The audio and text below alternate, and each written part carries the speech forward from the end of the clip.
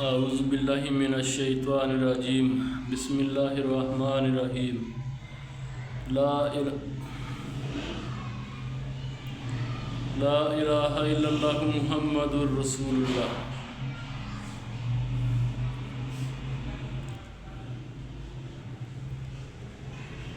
ہم مسلمان جتنے بھی ہوئے ہیں نا، کلمہ پڑھا ہے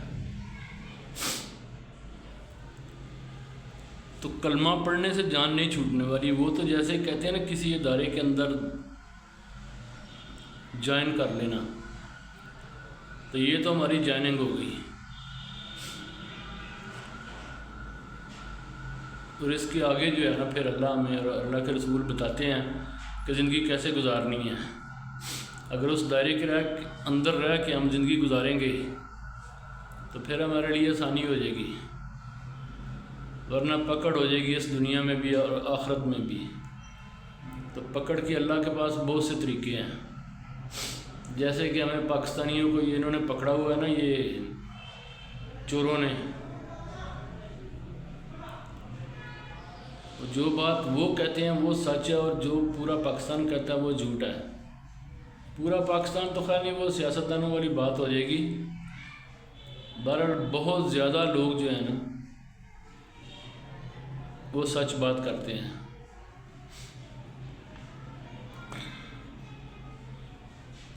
تو جب ہم کلمہ پڑھ کے تو الٹے راستے پہ چل جائیں گے نا، تو پھر اللہ اس طرح کے ہمارے اوپر مسلط کرے گا۔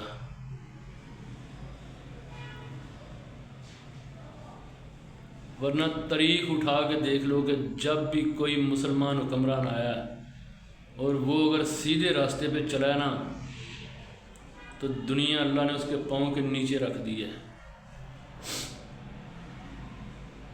ورنہ بنو عباسیہ خاندان جو ہے اس کی حکمرانی جو ہے اسے منگولوں کے پاؤں کے نیچے روند ڈالا گیا۔ جب بغداد کے اوپر حملہ ہونے والا تھا تو وہاں یہ ککڑوں کی لڑائی اور بحث مباحثے اور ایک دوسرے کی گلے پکڑنے، داڑیاں پکڑنا، یہ مشغلہ تھا ان کا، اور اپنے ملک کی طرف کوئی دھیان نہیں تھا۔ ورنہ اس خاندان کو بڑی عزت کی نگاہ سے دیکھا جاتا تھا۔ لیکن جب ان آخری حکمرانوں سے پہلے جو لوگ صحیح راستے پر رہے ہیں نا، تو اللہ تعالیٰ نے انہیں بڑی جرا بخشی اور نام زندہ رکھا ان کا، اور زندہ رہے گا۔ تو نام تو زندہ بھٹو کا بھی ہے نا، آج وہ کہتے ہیں نا بھٹو زندہ کدھر ہے؟ وہ تو غدار تھا بہت بڑا۔ شیخ مجیب الرحمان جو بھی تھا اس نے الیکشن جیتا تھا، اور اس کا وہ حق تھا کہ اسے حکومت ملتی، لیکن اس حرام خور نے اپنی عیاشیوں کے لیے جو ہے نا ملک کے دو ٹکڑے کر دیے۔ اب مسلمان نے مسلمان کا گلا کاٹا، مسلمانوں نے مسلمانوں کی عزتیں لوٹیں، اور پھر انجام دیکھا اللہ نے دنیا میں دکھا دیا ہے۔ جنازہ بھی پتہ نہیں پھر ہوا کہ نہیں ہوا، تو یہ کہتے رہے نا اس طرح کے کہ وہ زندہ، کدھر زندہ ہے؟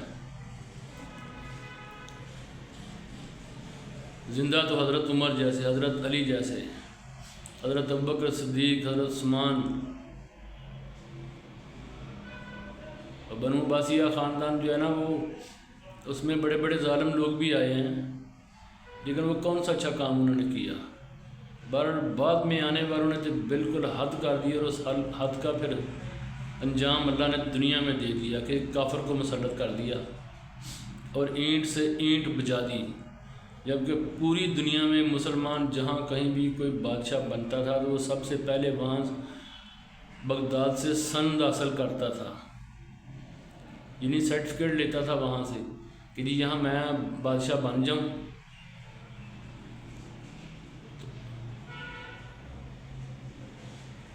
تو اس لیے ہم اگر اپنی اصل سے پیچھے رہیں گے تو پھر مار پڑے گی، ورنہ یہ کبھی نہیں ہو سکتا کہ مسلمان کے حالات جو آج ہیں نا یہ ہوں۔ کیا نہیں ہے ہمارے ملک کے اندر، صرف یہ چند حرام خوروں کی وجہ سے ملک کا بیڑا انہوں نے غرق کر دیا۔ اور مجھے یہ سمجھ نہیں آتی جو لوگ ان کے پیروکار ہیں، جو ان کی بات کرتے ہیں، ان کی عقل کدھر گئی ہے؟ کیا کیا نواز شریف نے؟ کوئی ایک فیکٹری بتا دے لگائی ہے سوائے اپنی فیکٹریاں لگانے کی؟ زرعی ملک کا چینی 200 سے اوپر بک رہی ہے۔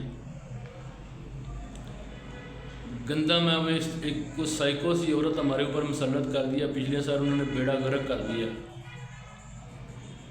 ابھی آٹا 2800 3200 3300 تک یہاں سوات میں آٹا بکا ہے، اور ابھی بھی 2600 کلو کا، یعنی 5000 کا من، 5 نہیں بلکہ 5400 کا، لیکن اس سے مہنگا بھی ہے ایک جو سپر فائن ہے، فائن آٹا جو ہے نمبر 1۔ تو دیکھو یہ ہمارا ملک ہے، انہوں نے اتنی ترقی کی ہے ماشاءاللہ۔ تو اس سے بھی اللہ بدکار لوگ ہمارے اوپر مسلط کرے گا۔ اگر ہم نے جو کلمہ پڑھا ہے نا، جو داخل ہوئے ہیں اسلام میں، اگر اس کے تحت اپنی زندگی کو نہیں ڈالا تھا تو یہ تو مولویوں نے ہمارے لیے دین کو بڑا مشکل بنا دیا ہے۔ اتنا کوئی مشکل نہیں ہے، نمازیں ہی ہیں نا 5، وہ پڑھ لو، جھوٹ نہیں بولو۔ یار میرے اوپر بھی تنگی کے دن آئے تھے تو میں نے ایک غلط کام کیا، سیمنٹ 2 نمبر بنایا، لیکن جلد ہی اللہ تعالیٰ نے مجھے جو ہے نا وہ سیدھا راستہ دکھا دیا، تو اس کے بعد زندگی ٹھیک ہی گزری ہے۔ جب میرے پاس بڑا پیسہ تھا تو تب بھی میرا ایک سگریٹ لے لیتا تھا، ایک پیکٹ، کھانا کھا لیتا 3 وقت کا، روٹی کپڑا، وہ آج بھی بہترین پہنتا ہوں، وہی خرچہ آج بھی اللہ دے رہا ہے۔ تو پریشانی تو نہیں ہے مجھے کوئی، تو اس طرح پریشانیاں نہیں ہوتی ہیں۔ اگر ہم سیدھے راستے پہ رہیں نا تو پریشانیاں نہیں ہوتی، تو سیدھے راستے پر آ جاؤ، ورنہ ابھی تو یہ مسلط ہوئے ہیں نا تو ان سے بھی بڑے بڑے آگے گزرے ہوئے ہیں۔ یہ تو کچھ بھی نہیں ہے نا، یہ تو کہتے ہیں آفت، آفت کیسا یہ قرآن کا؟ وہ حجاج بن یوسف 10 پارے پڑھتا تھا تہجد میں ایک رات میں، اتنا بڑا اس نے قرآن کا وہ کام کیا جو یہ اعراب لگائیں گے اس نے۔ یہ ایسا کر سکتے ہیں؟ ان کجروں کو تو پتہ ہی نہیں ہے کسی بات کا، یہ صرف اپنی کرسی کے لیے ان کے آگے جو آتا ہے ہلاکو خاندان کی طرح اس کو مروا دو، بس انہیں یہ پتہ ہے کہ ہمیں سیٹ مل جائے۔ کل جو میں ولاگ بناؤں گا نا وہ شاید ابھی چلو میرے لوگ اتنا میرا وہ دیکھ نہیں رہے، اتنی لمبی بات نہیں پھیلی، لیکن اگر ان کے کانوں تک وہ بات چلی گئی تو جس بندے نے وہ بات کی تھی نا آج سے 30 سال پہلے آرٹیکل لکھا تھا، اسے within 3 days مار دیا گیا تھا۔ پھر شاید میرا بھی اشر وہی ہو، لیکن مجھے اس سے کوئی نہیں ہے، کیونکہ میرا اس بات کے اوپر یقین پکا ہے کہ موت کا ٹائم اللہ نے فکس کر دیا ہے، اور میں کل وہ بات کروں گا۔ اور آج وہ جو جس وجہ سے اسے مارا گیا تھا، جو اس نے کہا تھا، آج وہ 100% سچ ہو رہا ہے، 100%۔ تو کل کروں گا وہ بات، اور میں اپنے سننے والوں سے یہ وعدہ لینا چاہتا ہوں کہ اگر واقعی کسی نسل کی ہو نا تو میرا کل کا ولاگ جو ہے نا اس کو شیئر کرنا زیادہ سے زیادہ، تاکہ وہ بات جماعت اسلامی والوں تک بھی پہنچے اور ان حرام خوروں تک بھی پہنچے جن کے بارے میں اس اللہ کے بندے نے بات کی تھی، تو اسے 3 دن کے اندر اندر یہ تو کہتے ہیں نا قتل کر دیا۔ تو میں کہتا ہوں نہیں، وہ بندہ شہید ہوا تھا، اور میں اسے جانتا ہوں، وہ کوئی ایسے نتھو خیرہ نہیں تھا، وہ بڑا اللہ کا بندہ تھا، بڑا اللہ کا بندہ، جھوٹ نہیں بولتے تھے، وہ شہید ہو گئے ہیں۔ وہ تو قیامت والے دن ان کے اللہ سے پوچھیں گے نا کہ یا اللہ مجھے کس جرم میں قتل کیا گیا، تو یہ حرام خور پھر وہاں جواب دیں گے۔ بتاؤں گا کل میں کہ اس نے ان کا کیا پردہ فاش کیا تھا آج سے 30 سال پہلے۔ جب میں جاپان سے واپس آیا تھا 1996 میں، یہ اس کی کوئی قریباً سال کے اندر اندر کی یہ بات ہے۔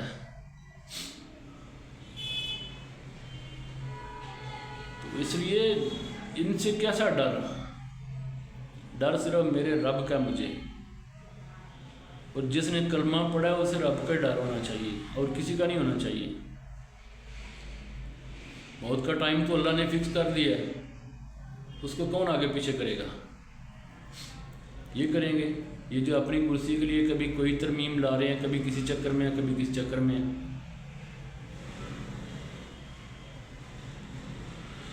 بہرحال بات لمبی تو خیر اتنی نہیں ہوئی، چونکہ لوگ اگر میں گانے وانے یا کوئی اس طرح کی اس میں فلم گندی ہو نا تو وہ ساری رات بھی دیکھیں گے۔ تو یہ تھوڑی دین کی بات بھی تھی، تھوڑی دنیاوی بھی، دنیاوی تو نہیں خیر دین کی ہے، یہ بھی ساری مسالے ہی ہیں نا بیچ میں، تو پھر لوگ اتنا دیکھنا نہیں پسند کرتے۔ تو بہرحال کل انشاءاللہ میرا اللہ نے چاہا تو پھر آپ سے ملاقات ہوگی، تو اپنا بھی خیال رکھیے گا یار، اس کو سبسکرائب بھی کیا کرو، لائک بھی کیا کرو، شیئر بھی کیا کرو۔ اگر کوئی غلطی کوتاہی ہو گئی ہو تو اس کے لیے معافی چاہوں گا۔ اللہ حافظ۔